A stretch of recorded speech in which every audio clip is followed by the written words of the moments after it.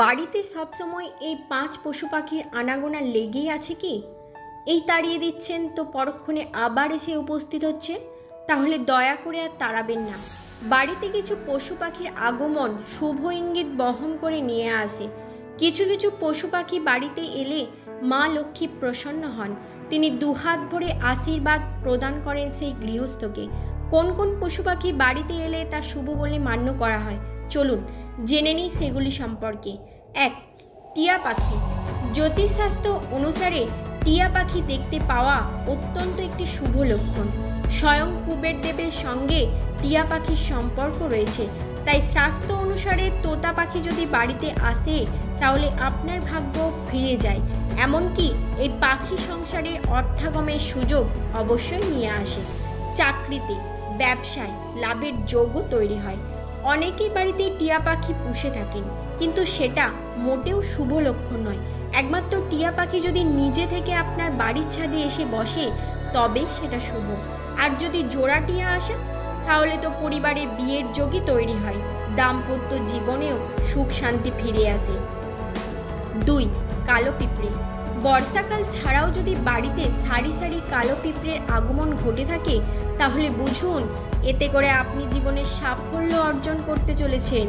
সে বাড়ির যে কোনো দিক থেকেই প্রবেশ করুক না কেন, সেটাই শুভ বলে গণ্য করা হয়। বাস্তুশাস্ত্র অনুসারে ঘরে কালো পিঁপড়ের আগমন শুধু সুখ সমৃদ্ধি নয়, বৈষয়িক সম্পদ বৃদ্ধিরও ইঙ্গিত দেয়। স্বাস্থ্য মতে বিশ্বাস করা হয়, বিশেষ করে চালের পাত্র থেকে কালো পিঁপড়ে বেরোলে আগামী কিছুদিনের মধ্যেই সংসারের আয় উন্নতির লাভ শিখরে পৌঁছে যায়। ৩. কচ্ছপ। হ্যাঁ বন্ধুরা, কচ্ছপ দেখতে পাওয়া এটা খুবই সৌভাগ্যের বিষয়। তবে এত সহজে এই জীবটিকে চোখে দেখা যায় না। তাই বাস্তুশাস্ত্র অনুসারে তামা, পিতল বা রূপোর কচ্ছপ বাড়িতে আনা অত্যন্ত মঙ্গল। এতে করে আপনার সৌভাগ্যে বদল ঘটে, সংসার থেকে সমস্ত বাধা বিপত্তি কেটে যায়, অশুভ শক্তির বিনাশ ঘটে। অনেকেই রূপোর কচ্ছপ বাড়িতে আনে আর্থিক সমৃদ্ধির জন্য। ৪. সাদা পেঁচা। কখনো যদি বাড়িতে সাদা পেঁচা আসে তাহলে বুঝে নিন আপনার জীবন পাল্টে গেছে। পৌরাণিক কাহিনী অনুসারে সাদা পেঁচা হচ্ছে মা লক্ষ্মীর বাহন, তাই অনেকে লক্ষ্মী পেঁচাও বলে থাকে। আর এই লক্ষ্মী পেঁচা যদি আপনার বাড়িতে আসে তাহলে বুঝতে হবে মা লক্ষ্মীও আপনার ঘরে এসেছে আর আপনাকে দুহাত ভরে আশীর্বাদ ও অর্থ দিচ্ছে।